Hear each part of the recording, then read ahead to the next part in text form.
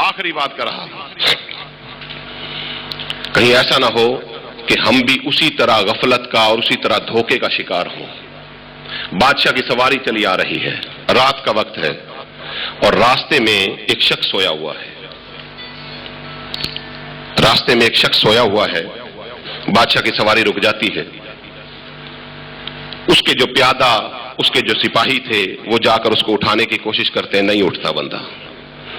بادشاہ اپنی سواری سے نیچے اتر کے آتا ہے اور آ کر اس سوئے ہوئے شخص کے پاس آ کر 2-3 مرتبہ زور سے پاؤں مارتا ہے، اور پاؤں مارنے کے بعد جب وہ شخص، اس کی آنکھ نہ کھلی تو اس نے اس کو ایک ٹھوکر دے ماری، اور وہ شخص جو راستے میں سویا ہوا تھا آنکھیں مسلتا ہوا اٹھ کر بیٹھ گیا اور بادشاہ کو تکنے لگا۔ بادشاہ نے کہا، کیا دیکھتا ہے، پہچانتا نہیں میں کون ہوں؟ وہ شخص کہنے لگا، جی تھوڑا سا تو پہچان گیا ہوں، تھوڑا سا باقی ہے۔ کہنے لگا، کون ہوں میں؟ کہنے لگا، جی میرے نزدیک آپ کوئی جانور ہیں، اتنا تو پہچان گیا ہوں، اور یہ پہچاننے کی کوشش کر رہا ہوں کہ کون سے جانور ہیں۔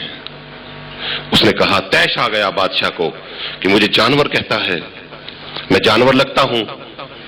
اس نے کہا، بادشاہ سلامت، غصے میں نہ آئیں، غصہ نہ کریں۔ آپ نے جب زور زور سے پاؤں آ کے مارے زمین پر تو میں سمجھ گیا کہ زور زور سے پاؤں مار کر تو جانور ہی چلتے ہیں، اور جب ٹھوکر مجھے پڑی تو میں سمجھ گیا کہ ہاں یہ کوئی جانور ہی ہو سکتا ہے، انسان تو انسان کو ٹھوکر نہیں مارتا۔ یہ میں نے کتابوں میں پڑھا تھا، آپ اس پہ ناراض نہ ہوں۔ کہنے لگا، مجھے جانور کہتا ہے، سمجھ نہیں آتی، میرا زرق برق لباس نہیں دیکھتا، میرا تخت میرے ساتھ چل رہا ہے، میرے سر پہ تاج نہیں دیکھتا، یہ میری فوج ہے، میری یہ ساری سلطنت ہے، یہ سب کچھ میرا ہے۔ کہنے لگا، بادشاہ سلامت، اسی چیز کا تو افسوس ہے، اسی چیز کے تو دھوکہ کھائے ہوئے ہے کہ جو چیز تو اپنی کہہ رہا ہے ان میں سے تیری ایک بھی اپنی نہیں ہے۔ نہ تیرا تخت اپنا ہے، نہ تیرا تاج اپنا ہے، نہ تیری سلطنت اپنی ہے، نہ تیری فوج اپنی ہے۔ مجھے یہ بتائیں کہ اس تخت کے اوپر تجھ سے پہلے کون تھا؟ کہنے لگا، میرا باپ۔ کہنے لگا، پھر آپ کا تو نہ ہوا، آپ کے باپ کا ہوا۔ اس سے پہلے کون تھا؟ کہنے لگا، میرا دادا۔ کہنے لگے، پھر آپ کے باپ کا بھی نہیں ہے۔ اس سے پہلے کون تھا؟ پردادا۔ تیرے بعد کون ہوگا؟ میرا بیٹا۔ کہنے لگا، آپ کس بیس پہ اپنا کہتے ہیں اس کو؟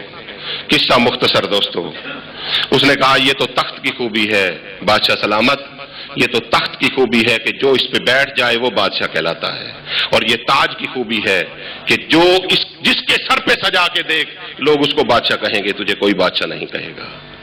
یہ تاج کی خوبی ہے، تیری خوبی نہیں ہے۔ اگر تیری کوئی اپنی خوبی ہے تو وہ مجھے بتا۔ بادشاہ کے پاؤں تلے سے زمین نکل گئی۔ اس نے کہا کہ کہیں تو سقراط تو نہیں ہے؟ کہنے لگا، ہاں میں سقراط ہوں۔ بادشاہ گھٹنے ٹیک کے بیٹھ گیا اور کہنے لگا کہ اے سقراط، میں واقعی دھوکہ کھائے ہوئے ہوں، مجھے اپنے اور پرائے میں تمیز نہیں رہی۔ تو دوستو، بادشاہ نے اس کو کہا کہ اے سقراط، مجھے بتا کہ اپنا کیا ہے اور پرایا کیا ہے۔ سقراط نے کہا کہ بادشاہ سلامت، 2 باتیں بتا رہا ہوں، بس پلے باندھ لے۔ جو قبر سے پہلے کام آئے وہ سارا کا سارا پرایا ہے، جو قبر میں بھی اور قبر کے بعد کام آئے وہ سارا اپنا ہے۔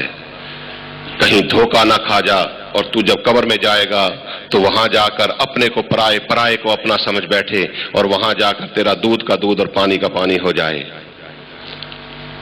دوستو، کہیں آج ہم اس بادشاہ کی طرح دھوکہ کھائے ہوئے تو نہیں ہیں کہ ہم اپنے مسلک میں اس قدر کہ دوسرے کے مسلک کو پامال کر دیں، دوسرے کے مسلک سے اس کے مسلک پہ چلنے کا حق چھین لیں؟ سر، یہ بہت بڑی زیادتی ہوگی، یہ بہت بڑی زیادتی ہوگی۔ اللہ رب العزت ہمارے حال پہ لطف و کرم فرمائے۔ اور آخر میں وہ چیز عرض کرنا چاہ رہا ہوں جو حضور شیخ الاسلام پروفیسر ڈاکٹر محمد طاہر القادری صاحب نے، انہوں نے ایک لائحہ عمل دیا کہ کس بیس کے اوپر ہم اس فرقہ پرستی کی لعنت سے آزاد ہو سکتے ہیں۔ وہ چند جملے ہیں، اس کو سن لیں، اس کے بعد میری گفتگو اور میری بریفنگ ختم ہو جائے گی اور پھر ڈاکٹر صاحب کی طرف چلیں گے۔ آج اس فرقہ پرستی کی لعنت سے ہم صرف ان چیزوں کو بنیاد بنا کر اگر چلیں گے تو فرقہ پرستی کی لعنت سے نکل سکیں گے، ورنہ ساری زندگی آپ اسی راستے پر چلتے رہیں، کبھی منزل نہیں پا سکتے۔ سب سے پہلے عقائد اور اعمال، جس طرح در محمد فاروقی صاحب فرما رہے تھے کہ ان چیزوں کی طرف تو آؤ جس کو سارے مسلک کہہ رہے ہیں، آپ کو بتا رہے ہیں، سارے مسلک کا اتفاق ہے، اس کی طرف آ جائیں۔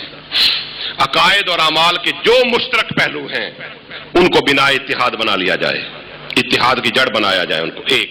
اس کے اوپر میں روشنی نہیں ڈالوں گا، اس کے لیے ایک کتاب آ رہی ہے، اس میں میں نے پروفیسر ڈاکٹر محمد طاہر القادری صاحب کو، اس میں مولانا مودودی صاحب کو، پروفیسر رفیق احمد صاحب کو، اس میں ڈاکٹر اسرار احمد صاحب کو اور دیگر جتنے بھی اکابر علماء ہیں اور انہوں نے اتحاد کے متعلق جو جو فارمولہ جات دیے ہیں میں نے اس کتاب کے اندر جمع کیے ہیں، وہ آپ کو چلتے ہوئے گیٹ پر آپ کو وہ ہدیۃً تحفۃً وہ آپ کے خدمت میں رکھی جائے گی۔ اس کے اندر یہ ساری چیزیں آپ پڑھ لیں گے، میں صرف سرخیاں بتا رہا ہوں آپ کو۔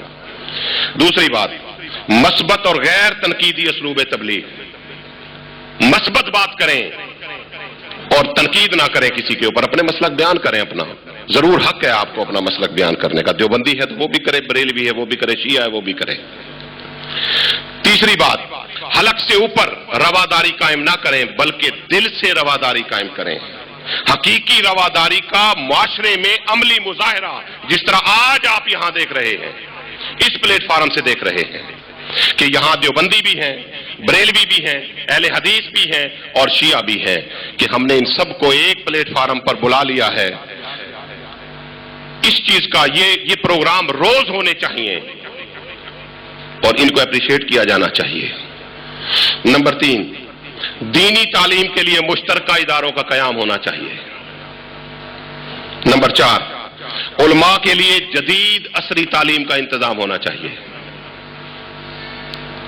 صرف صرف نحو پڑھا کے نہیں بنتا کام، صرف درس نظامی کرنے سے کام نہیں بنتا، اس کو دنیا کی تعلیم بھی دی جانی چاہیے۔ نمبر 4، تہذیب و اخلاق کے لیے مؤثر روحانی تربیت کا انتظام ہونا چاہیے، اولیاء سے فیض لینا چاہیے، ان کے فرمودات پہ عمل بھی کرنا چاہیے، اگر وہ غیر شرعی بات کرتے ہیں تو پھر ان کو چھوڑ بھی دینا چاہیے۔ نمبر 7، فرقہ پرستانہ سرگرمیوں کے خاتمے کے لیے چند قانونی اقدامات اٹھانے کی بھی ضرورت ہے، اور وہ یہ ہے کہ منافقانہ اور خفیہ فرقہ پرستی کی حوصلہ شکنی، جو اندر رہ کر سب کچھ سمجھتے ہوئے پھر منافقانہ چال چلتے ہیں، سب کچھ سمجھنے کے باوجود کہ ہاں ہم غلط راستے پہ جا رہے ہیں، اس کے باوجود پھر بھی وہ اندر سے انڈر گراؤنڈ کام کرتے ہیں۔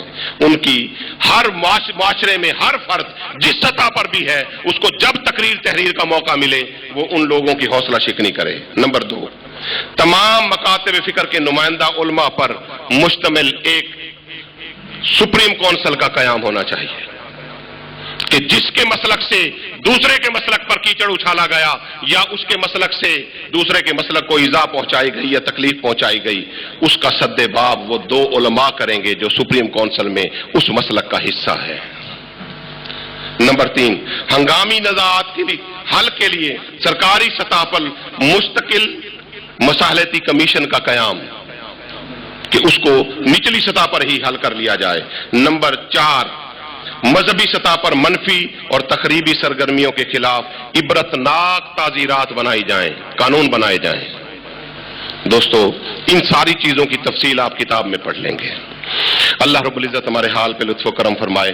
دوستو، ہمارا تو یہ خواب ہے، ہماری تو ایک تمنا ہے کہ سارے مسالک ایک دوسرے کے اندر ہاتھ میں ہاتھ ڈال کر، یہ آپ دیکھ رہے ہیں ہمارے اس پینافلیکس پہ بھی یہی منظر دکھایا گیا ہے کہ ہم یہاں کھڑے ہوئے ہیں، اس وقت اس پوزیشن پر کھڑے ہوئے ہیں، اور ہمیں جانا کہاں ہے؟ وہاں اس اینڈ پہ جانا ہے۔ جب تک امن قائم نہیں ہوگا دوستو اس وقت تک نہیں پہنچ سکتے، اور امن جب قائم ہوتا ہے جب ہم ایک دوسرے کو برداشت کرنے کا مادہ پیدا کریں۔ اللہ رب العزت ہمارے